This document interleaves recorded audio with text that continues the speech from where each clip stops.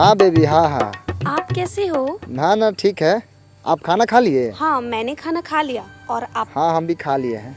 अभी कहाँ हो बेबी? नहीं वो थोड़ा आया था ऑफिस, कुछ काम चल रहा है टाइल्स मार्बल का, वो लेबर लोग उधर खट रहा है। हाँ। तब क्या हो रहा है? अभी ऑफिस में है। बेबी मुझे मनाली घूमना है। अरे आप टेंशन काहे ले रहे हो, हम घुमाएंगे ना आपको। मनाली क्या है, शिमला घुमाएंगे आपको कश्मीर ले जाएंगे, आप कहेंगे तो अमेरिका भी घुमा देंगे। पैसा कम ही है हमारे पास, बहुत पैसा है हमारे पास। हाँ हाँ। ए सर पैसा वाला धनिक मनिक के औलाद, आके धान कटबे कि हम लाड़ चटबे? कौन पागल चिल्ला रहा है बेबी? अरे बेबी वो लेबर चिल्ला रहा है, बोल रहा है कि हमसे खाली टाइल्स मार्बल नहीं कटेगा।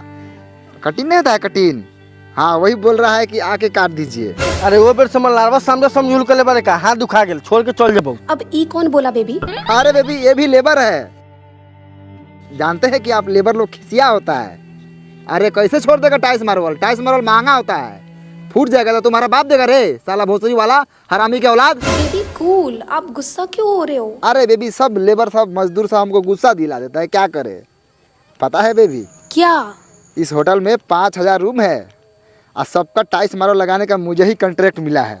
इस होटल नहीं, शहर का सारा होटल का कॉन्ट्रैक्ट मुझे ही मिलता है। बहुत पैसा कमाता हूँ, कम सम नहीं। अच्छा आप आओगे ना तो आप राज करोगे, आपको नौकरानी बना के रखूंगा। व्हाट? नौकरानी? मतलब रानी नौक बीच में आ गया है ना बेबी। बाग बहन चोदबा, एक महीने से भूखे बानी आ साल धरे ले हाथ दुखा गेल, मलाने धर। अरे क्या करे बेबी क्या हुआ? आपका ऑफिस कहाँ उड़ गया?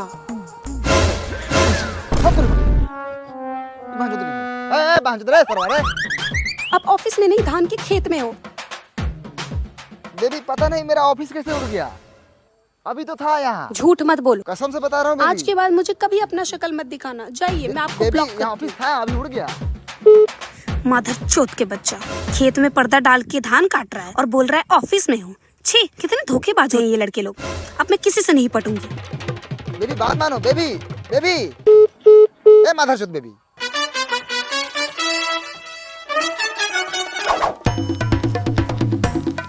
अरे सरवा कनु दले दोगलाई, कितना बने साहब से तेरा पैसा वाला लड़की पटल रहनी है, साला ओकरे से जिंदगी कट जाई, तोरे से जिंदगी कटी है सरवा। बोल ना, लिख में हमारे नाम पर जमीन जायदाद। बोल दे सरवा तो क्या करी? भोला भाला लड़की के फसावत ले हा, उछिन लिया के ये राज करी कि गहू धान काट। अरे लास्ट में तो गहुए धान कटाई, अभी फसावत रहनी है। सब सरवा तो ये लेखा फसावेला, तो उसे सही बा ना। मौका तो हाथ से भी हाथ हो गेल। ला वहां चल वाला, वहां से ला धान काटी साला, वो अब हमारे से बतिया जाता। ए तो नौटंकी खत्म हो गई होई तो हमर शॉट लाओ, 12 देर पहन ले हम मेहरारू पेट से बा, ओकरा के दवाइयो खियावे कहीं गोरो जाते को होई। धर नौटंकी मत बतियो साला, एगो बढ़िया माल पटेल रहनी साला मिल के तो खत्म करा देले।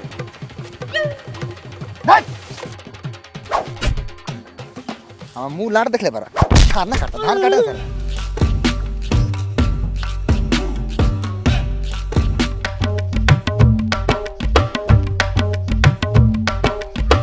बस 1 महीना आवरो करे जा, ओकरा बाद तो पेट से हल्का होइए जाए, उछल कूद करत रही है। चुप रे कोरिया, तोरा चक्कर में 9 महीना से बंधक में बनी, कितना अच्छा नेचुरल ब्यूटी बन के घूमत रही। अब तोरा प्यार में कबो ना पड़े। अच्छा जब हमरा प्यार में ना पड़तू तो हम माई कैसे बनतू? बस 1 महीना के तो बात बा, ओकरा बाद तोरे राजबा घूमत रही है नेचुरल ब्यूटी बन के।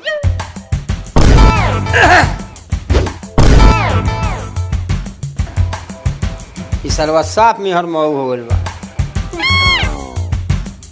का रे धीर जजुआ के लइका दिन भर घरे में घुसल हबे, मेरा से एक कप चाय भेजवाओ। ए करीबा हट, बाबूजी ले चाय लेके जाए के बा।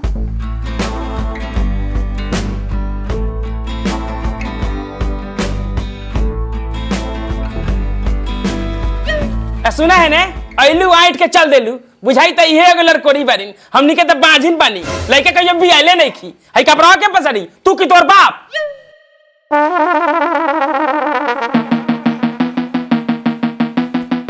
रे कोरिया चढ़वा, तू अपना ला बियाह कइले बारी कि अपना बाप मतारी ला रे?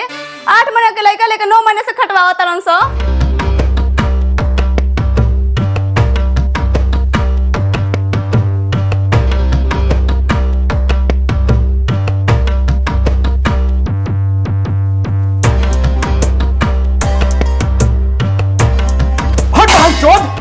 खाना है कि पैखाना? साला दाल में नींद के ना भुजिया मार जा के आग लागल बाइकरी बहिन करा के। ए बुढ़ऊ तू हमर शादी करा बे कोनो के लेके उड़हर जाई। हाँ तो उड़हर जा के लेखन मार जूता के कुत्ता बनाता नहीं एगो पतो पेट से बा तो ओकरा के काम करा करा के मुआ दलोगन। अरे बाप रे बाप बड़ा माया बाप तो होला। सुना ना बुढ़ऊ ऐसा ने मारम कि गार माई लेर छटक जाई। लइका बा पतो क्या बथत इंकारा लइका कमाई त खाइला मांगी ना। ए कथी के हाल बा कथी के 2 साल से ये ना बना के खियावता मुंह में आज पेट से बात तो निके भारी लागता।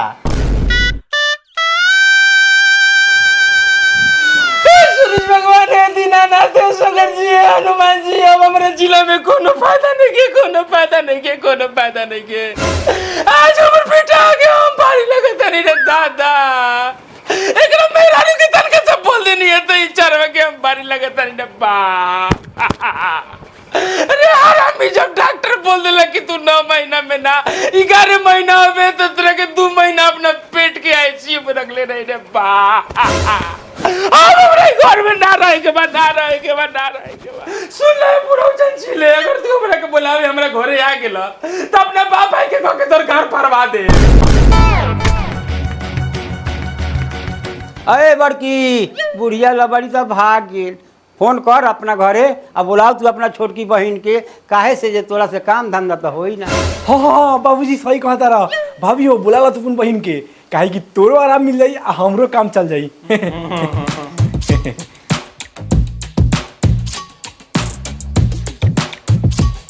हेलो ए माई छोटकी के भेज हमरा से काम धंधा नहीं के होता ये काम धंधा खातिर झगड़ा होता।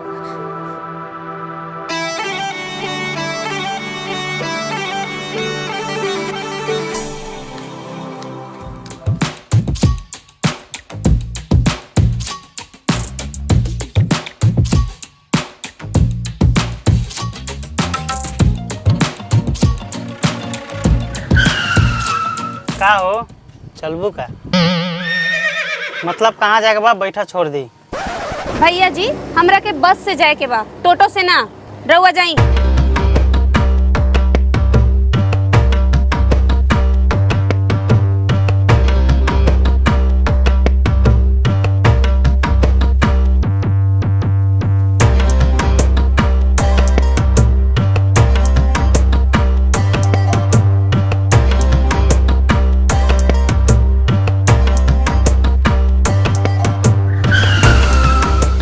भौजी कहाँ जाए के बा बैठा छोड़ दी। भौजी केकरा के भौजी बोल ले अरे दोगला के चोदन निपुत्रा के बेटा हम तोरा के भौजी लगता नहीं। अरे रउआ खिसियात कहला बानी हमरा कहे के मतलब भौजी ना रउआ बताई कहाँ जाए के बा हम अपना टेम्पू में बैठा के छोड़ दे। ए जाई रहुआ हमरा के नहीं के जाएगी तोरा टेम्पू से हम बस से चल जाएम। का है कोनो टेम्पू वाला मुख में लेके टपा दे रहे का। रे आदमी का बच्चा लेखन जाइबे कि 2-4 चप्पल खाइबे अभी।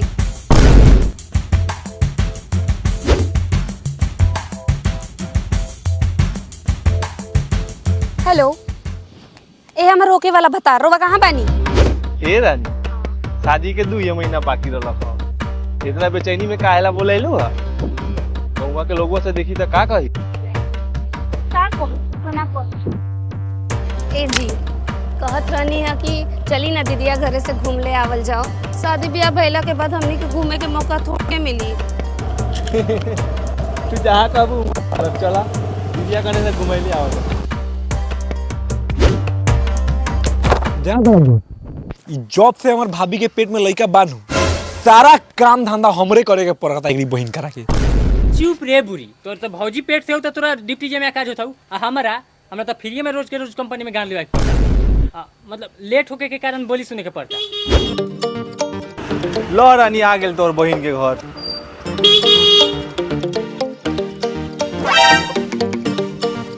जिसका मुझे अच्छा इंतजार भौजी के बहिन खातिर दिल रहे बेकरार बागुर आल गोरे हाथ में से पिछुल के चल जाइए हमनी के ताकते रह जा। चल ए रानी जा जल्दी अपना दीदिया से भेंट कर लिया देर ना लगई हम यहीं बैठल बानी। ए जी जब दूरा पर ले आइए गइल बानी तो चली ना दीदिया से भेंट करके ही चलल जाई। ना शादी से पहले कुटमायत गेल ठीक ना होके बस 2 महीना के तो बात बा ओकरा बाद आयल गेल लागले रही खाली बियाहवा तो होके दो जा तू भेंट कर लिया। हो हो इतना तेज में कहा हाथ को छटक जाई। तू कौन मरे बाहर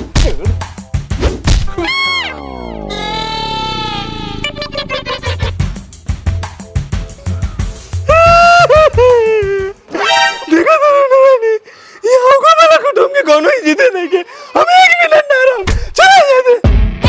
कहाँ चला तू जा हमरा नहीं खे जाए के हम यहाँ रहे आयल बानी। रहे तो बात सुन के हमर गान लगल बॉय। ओए सरवा के लइका तोहर आंख बहु चाहे गार बहु उ रहे आयल बा रही भला आदमी लेकर तू इज्जत से चल जो। हाँ अब घर के गार्जियनो कह देल अगर तू अपन सलामती चाहता रह तो जे में अला वही में चल जा ना तो हमनी दोनों दोस्त मार के ले हगा दे।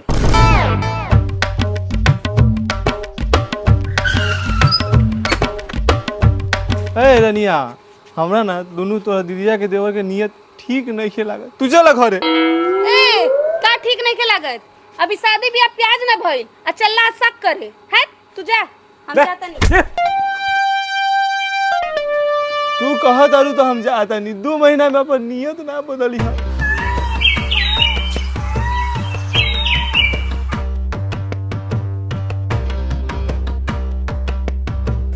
ए दीदिया जीजा जी के फसल बड़ा बहुत बार है कब से आलू काटा तानी साला कटाते नहीं खे। ए बबिया कितना दिन से तो कहते हैं तोरा जीजा जी के अपन फसल पिटवा लेवे के लेकिन वो अपना आगू हमार बात मानस तब न बताओ तो हमें हालत में का करी। सुनो ना साली जी भल ना 10 दिन पहले फसलुआ पिटवा के ले आए रहनी है अब एक एक सामान से रोज रोज काम होई तो भूत तो होबे करी। साला लोग चाय पियले तो गैस होखल हमर बेगर पियले गैस होता ऐसे तो अच्छा एक कप पिए ली। ए बड़की एक कप चाय अपना बहनिया से भेजवा तो। हाँ हाँ बनो बनो ऐसे भी तोरा दीदिया के हाथ के चाय पी के हमर मन अगुताइए गेल बा आ कहीं तोरा हाथ के चाय पी के हमर मन गरमा जाए। हाँ नु इतना दिन से बकरी का मुंह पियावत रहनी हो कि हमरा से आज मन उगता गेल बा। ए बबिया उठ बाबूजी के 1 कप चाय बना के दे।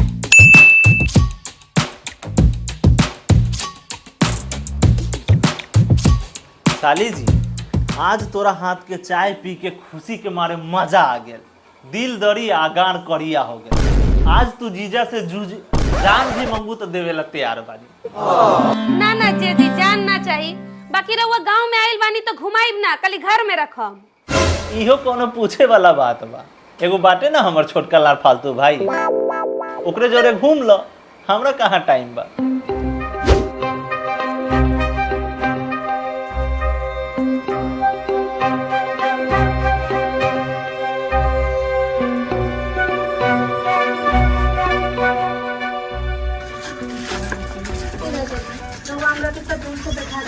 और अपने पैदले आवतनी तो वहाँ के देख के हमरा के बड़ी माया लगा था और तो और अपने ऊपर से नीचे पूरा फेन हो गई बानी। आई हमरा ऊपर बैठ ना ना हमरा कहे के मतलब बा कि हमरा ऊपर ना साइकिल के ऊपर बैठ। हमरा कहे के मतलब बा कि गांव गली तो घूमिए ले लू चला हम अपन गाछवानी घुमाइले चला। बोला करे जा केने चलबू खरई में चलबू कि मरई में। ना ना हम केनू ना जाएम हमरा के डर लगाता हमरा के घर जाए के बा। काहे काहे डर लगता हमरा के घर जाए के बा तोरा के चले के पड़ी। ऐसे कैसे हमरा के छोड़ा चला तोरा चला के पड़ी।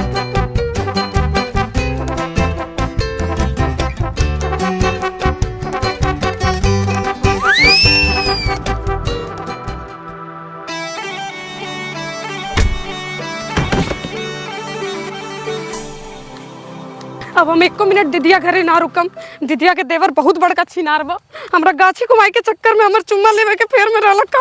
ओए ओए करे जा एके गोड़ा के अभी तो हम बाकी बानी का काम धंधा हो गेल कि मुंह पर लात मार के भाग गेल। चल ओकरा घरे अभी ओकरा से शादी करे बिना मानब ना चलो ओकर बाप से हाथ मांग के आओ जा। रनिया के माई हमरा बात के पता नहीं अपना पाप के हवा में उड़ा दे वाला हम घर के गर्जियन है कि गधा हमरा कुछ बुझाता नहीं खे। हाँ हाँ जानत नहीं कि कितना बार का घर के जिम्मेदार गार्जियन बारा से 3 साल से बेटी के दिन उतार के घर में बैठले बारा ई ना कि शादी बियाह क के हटाई। काहे ना बोलबू तोरा तो खाली बनावे के बा खाए के बा आ दिन भर टंगड़ी में तेल लगा के सूते के बा जौन घामा में 2 रुपया कमाएला गाँव लिवावला ओकरा ने बुझाला दौड़त आ कौन गलती कैली हम कि हमरा के भगवान बना देलन तोहर मरद। माधर चोदम तोरा देखाई नहीं खेदे माधर चोदम अपना बाप के रोड बुझले बाबूजी प्रणाम। ये हमारे दोस्त छोड़ना हाथवा ताल में आ गई तनका छोड़ दिया। जाओ सर हम जल्दी तो भैया के ससुर सर सार जैसन बा तो कबो नहीं तरह हो खेला ससुरारी हमारा भी अपन गाड़ी ए के है केकरा के ओबर से झाड़ू से झड़गोले बानी ई तो कोरिया के तइको आंख से लौकते नहीं के। अरे बाप रे बा ई तो दामाद जी के छोटका भाई हथी इना की नाश्ता पानी ला पूछी तो लगलन सुबह सुबह झाड़ू से झड़ुआ आवे। ए जाई रउआ नाश्ता के व्यवस्था करी चली बउआ लोगन घर।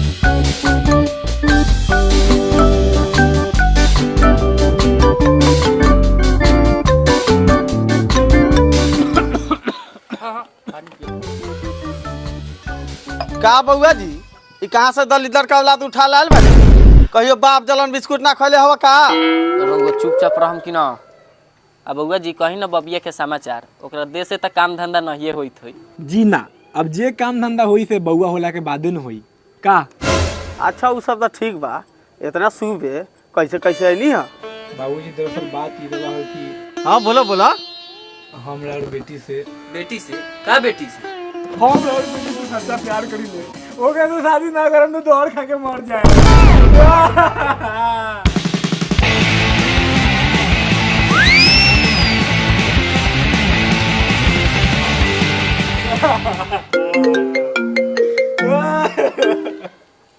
हेलो चाचा देखनियो तोर बेटिया कोनो लड़का के साथे भागत हो का रनिया भाग गेल कैसे भाग गेल